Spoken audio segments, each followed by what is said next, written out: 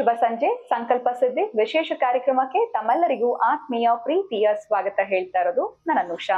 ಜೀವನದಲ್ಲಿ ಬರ್ತಾ ಇರುವಂತಹ ಅನೇಕ ರೀತಿಯಾಗಿರುವಂತಹ ಸಮಸ್ಯೆಗಳು, ತೊಂದರೆಗಳು, ಕಷ್ಟಗಳು ಇವೆಲ್ಲದರಿಂದ ಕೂಡ ನಾವು ಹೊರಗಡೆ ಬರಬೇಕು. ಹಲವಾರು ರೀತಿಯಾಗಿರುವಂತಹ ಪ್ರಯತ್ನಗಳನ್ನ ಪಟ್ಟಿದೀವಿ, ದೇವಸ್ಥಾನಗಳಿಗೆ ಹೋಗಿದ್ದೀವಿ, ರಥಗಳ ಆಚರಣೆ ಮಾಡಿದೀವಿ, ಉಪವಾಸಗಳು ಮಾಡಿದೀವಿ. ಆದ್ರೂ ಕೂಡ ಇರುವಂತಹ ಸಮಸ್ಯೆಗೆ ಪರಿಹಾರ ಸಿಗ್ತಾ ಇಲ್ಲ ಅಂತಂದ್ರೆ ಸರಳವಾಗಿರುವಂತಹ ಪರಿಹಾರ ಮಾರ್ಗ ಅಂತಾನೆ ಹೇಳ್ಬೋದು. ಅಕ್ಷಯ ವೃಕ್ಷವನ್ನ ನೀವು ಇವತ್ತೇ ಈಗಲೇ ಬರ್ಮಾಡ್ಕೊಳ್ಳಿ. ಮಾಹಿತಿ ಬೇಕಿದ್ದಲ್ಲಿ ಸಂಖ್ಯೆಗಳು ಬರ್ತಾ ಇದೆ. ಇನ್ನು ಕಾರ್ಯಕ್ರಮದಲ್ಲಿ ನಮ್ಮ ಜೊತೆಲಿದ್ದಾರೆ ಸ್ಪಿರಿಚುವಲ್ ಗುರು ಡಾಕ್ಟರ್ ವಿಷ್ಣುದತ್ತ ಗುರುಜಿ ಅವರು. ಬನ್ನಿ ಗುರುಗಳನ್ನ ಇವತ್ತಿನ ಕಾರ್ಯಕ್ರಮಕ್ಕೆ ಬರ್ಮಾಡ್ಕೊಳ್ಳೋಣ. ನಮಸ್ತೆ ಗುರುಗಳೇ, ಕಾರ್ಯಕ್ರಮಕ್ಕೆ ಆತ್ಮೀಯ ಸ್ವಾಗತ. ಇನ್ನು ಗುರುಗಳೇ, ನಮ್ಗೆ ದಾನಗಳ ಬಗ್ಗೆ ತಿಳಿಸ್ತಾ ಇದ್ರಿ. ಇವತ್ತು ಶುಕ್ರವಾರದ ದಿನ.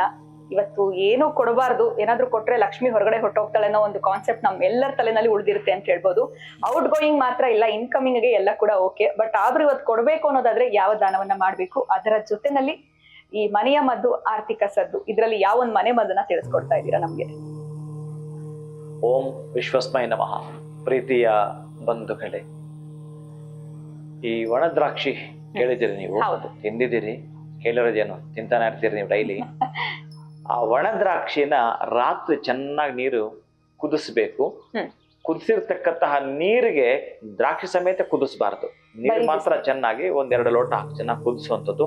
ಆ ನಂತರ ಒಂದು 100 ಗ್ರಾಮ್ ಅಥವಾ 150 ಗ್ರಾಮ್ ಒಣ ದ್ರಾಕ್ಷಿನ ಅದಕ್ಕೆ ಹಾಕ್ಬೇಕು. ಬೆಳಿಗ್ಗೆ ತನಕ ಹಾಗೆ ಬಿಟ್ಟು ಬಿಡ್ಬೇಕು. ಇದನ್ನ ಬೆಳಿಗ್ಗೆ ತನಕ ಹಾಗೆ ಬಿಟ್ಟು ನಂತರ ಬೆಳಿಗ್ಗೆ ಈ ದ್ರಾಕ್ಷಿಯನ್ನ ತೆಗಿತಕ್ಕಂತಹದ್ದು, ಮತ್ತೆ ಆ ನೀರನ್ನು ಸ್ವಲ್ಪ ಬಿಸಿ ಮಾಡಿ ಕುಡಿಯುವಂಥದ್ದು.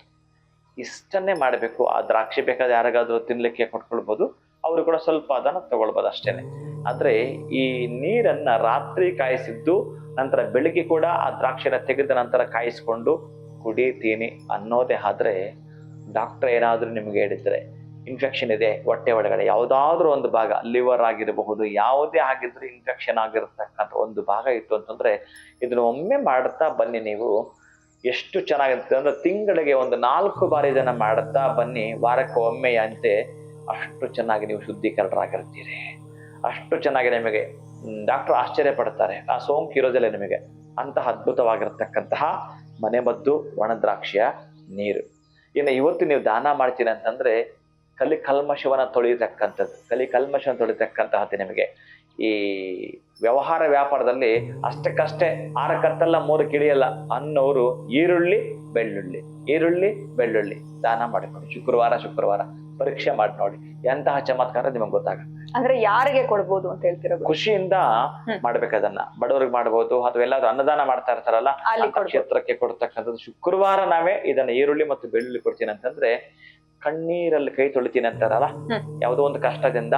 ಆಮೇಲೆ ಅವ್ರು ಬರ್ಬೇಕಾಗಿತ್ತ, ಹಣ ಬರ್ಬೇಕಾಗಿತ್ತಲ್ಲ, ಜೊತೆಗೆ ಸ್ಟ್ರಕ್ ಆಗ್ತಾನೆ ಇದೆ ಬಿಸ್ನೆಸ್ ಅಲ್ಲಿ, ಏನೋ ಅಷ್ಟಕ್ಕಷ್ಟೇ ಅದು ಅಂತಾರಲ್ಲ, ಅವರುಗಳು ಈರುಳ್ಳಿ ಬೆಳ್ಳುಳ್ಳಿ ಸಮ ಪ್ರಮಾಣದಲ್ಲಿ ಅದೊಂದು ಕೆಜಿ ಇದೊಂದು ಕೆಜಿ ಕೊಟ್ರೆ 10 ಕೆಜಿನೂ ಕೊಡಿ. ಅದು ನಿಮ್ಮ ಶಕ್ತಿ ಅನುಸಾರ ಅರ್ಧರ್ಧ ಕರೆಕ್ಟ್ ಆಗಿ.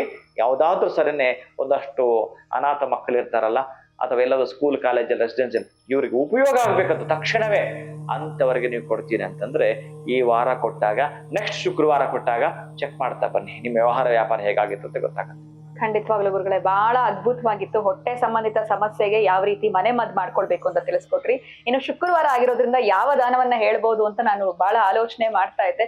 ಬಟ್ ತುಂಬಾ ಸಿಂಪಲ್ ಆಗಿರುವಂತದ್ನ ತಿಳಿಸ್ಕೊಟ್ರಿ. ಆದ್ರೆ ಆ ದಾನ ಮಾಡೋದ್ರಿಂದ ಆಗುವಂತ ಎಫೆಕ್ಟ್ಸೇ ಬೇರೆ ಅಂತ ಹೇಳ್ಬೋದು. ಮಿರಾಕಲ್ಸ್ ನ ನಮ್ಮ ಲೈಫ್ ನಲ್ಲಿ ನೋಡ್ಬೋದು ಅಂತ ತಿಳಿಸ್ಕೊಟ್ಟಿದ್ದೀರಾ. ಧನ್ಯವಾದಗಳು ತಮ್ಗೆ. ನಮಸ್ಕಾರ. ಹರೇ ಶ್ರೀನಿವಾಸ.